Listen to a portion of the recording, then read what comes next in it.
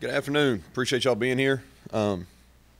We respect what y'all do and appreciate y'all being here. I was trying to help y'all out. We went long today, so thought we'd try to get at them by y'all 2 meals, and we uh, we had a good day. Some ups and downs. I thought the defense came out with a lot of energy.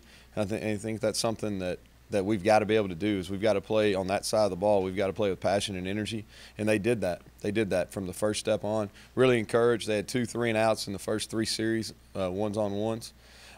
Offensively, thought we did some good things when we were trying to play with tempo, and we got the defense tired a little bit. Something our defense has to improve on. But when we in some situations, in particular, some short yardage situations, coming off when we were backed up, coming off situations, didn't think we handled those particularly well.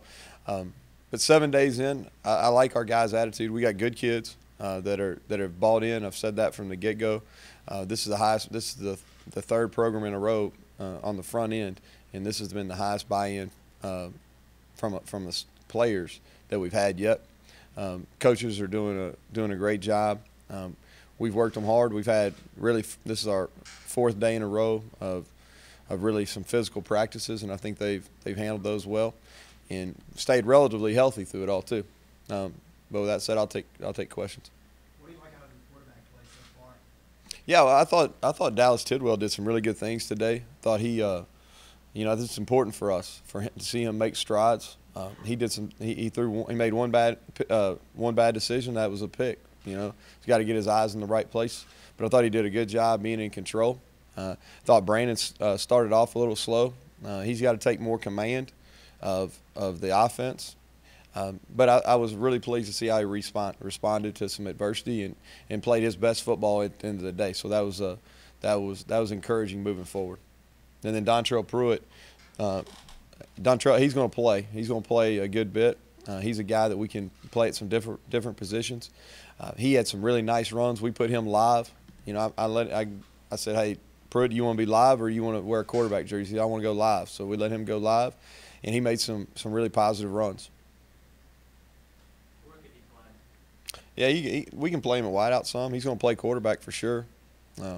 He's somebody that we can probably play back there at running back. We're going to move him around and get him on the field. I feel like he's one of our best athletes. He's one of our best playmakers.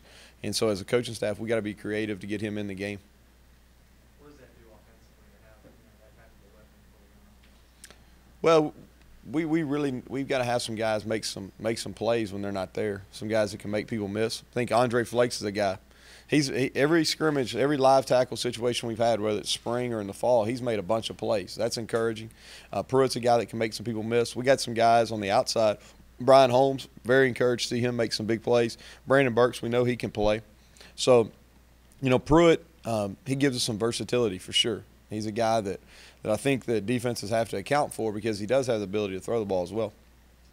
Big plays, breaking tackles were some things that you try to emphasize. What do you think you saw out there today? Is that a hard work starting to pay off? But I think you are what you emphasize. And we've got to put a lot of practice time in. There's always a balancing act between focusing on deep balls, whether it's post or go routes, and then also practicing efficiently and not wearing them out. Not only your receivers but also your DBs.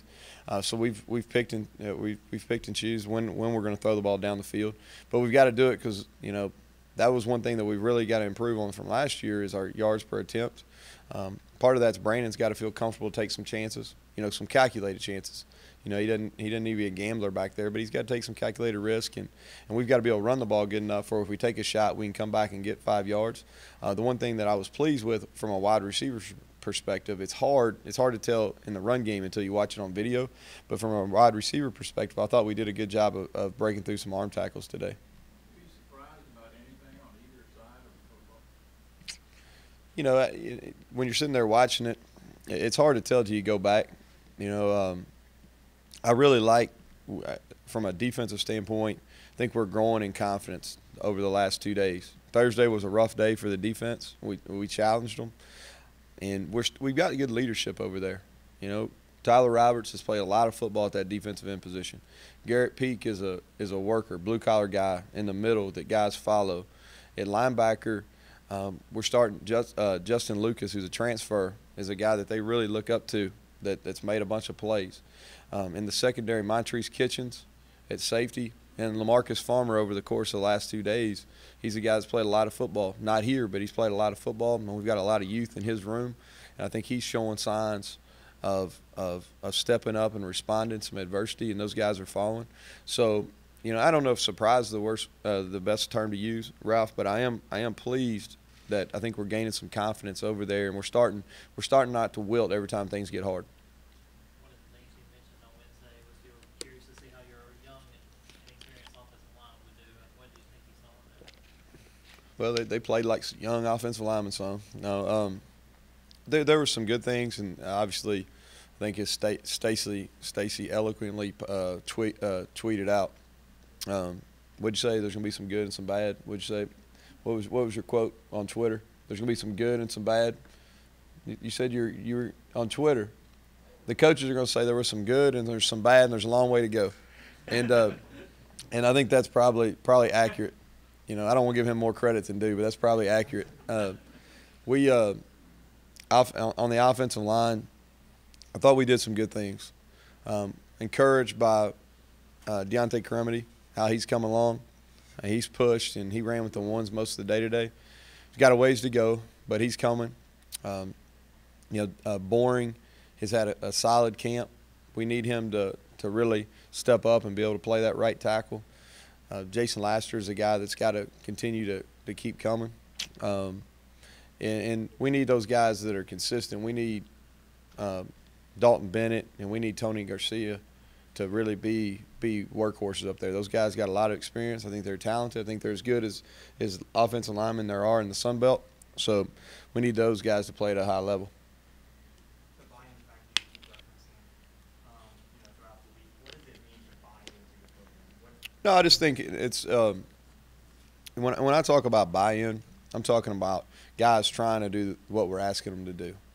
That's you go into new situations a lot, and we do have some veterans, in our locker room, and you go into new situations some, and there's guys that have been playing college football for 4 or 5 years, and they're not too open to listen to new voices or trying to do things a different way. They're hard-headed, stubborn, and we haven't had much of that here. We've changed quite a bit what we're doing. Especially what we're demanding of them from a time standpoint, what we're demanding of them from a nutrition standpoint. Those are just to name a few. We practice at a really, really fast pace, and those guys, to a man, have bought in, and I think we're gaining some chemistry within our football team.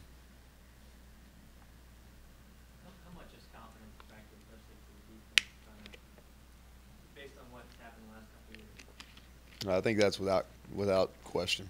I think that's probably our biggest job as coaches over the next 3 weeks is to get our guys believing.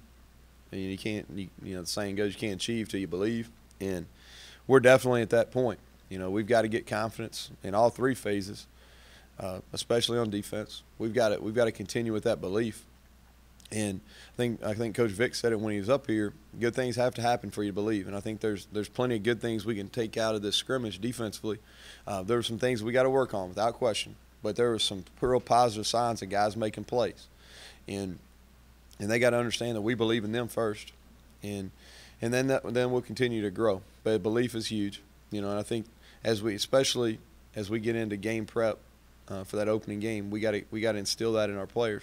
And there's going to be some adversity. There's going to be some rough times. Y'all seen our schedule. There's going to be some bumps in the road at some point. And there's going to be things when things don't go well, and we've got to have enough about us internally and enough leadership and enough belief, not only in yourself but belief in your system, belief in your coaches, that we'll be able to overcome that. There was a time, and you're familiar with it, when you came in every season expecting the Sun Belt. Sure. Is that a mindset that you got to work? Yeah, that's what we want to get to. There's no question. I can't sit up here and say that's where we're at right now. Really the only link to those championship years are in the coaching staff. Now the positive thing is we asked them the other day, I had them all stand up if they'd won a state championship in high school or in junior college, won a national championship. And we got a lot of those guys. So we've got a lot of guys that have won at championships at different levels, but they haven't done so in college. And I think the real test, I won't really truly be able to answer that till we hit some real adversity, and to to see how guys respond. But there was a time, and this is what we want to get back to, where every time, especially when we played home, every time we strapped it up with the Troy uniform on, we believed we were going to win, regardless if we were playing at Florida State, we were playing in Nebraska, we were playing at LSU, wherever we played. Our guys in that locker room believed they were going to win, and they expected. They didn't hope. They expected to win the Sun Belt Conference championship every year, and they expected to go to bowl games. And that's where we got to get back to. It's a work in progress. We're not there yet, but that's definitely the mentality. You know, we want to be the preeminent program in the Sun Belt Conference. We were for 5 years, you know, and we want to get back there, but it's not going to happen overnight. Has the league gotten better since you? Yeah, I think so. I think it's gotten better. It's different. It's different. You know, I think the league has definitely gotten better. I think Lafayette and Arkansas State have definitely made strides. And you know, from a facility standpoint to the investment in their program, they've stepped their game up, and it shows on the football field by going to. I think both of them have been to 4 consecutive bowls, had 4 consecutive winning seasons. Appalachian State and Georgia Southern, with their history in college football coming into our league, have made it better without question.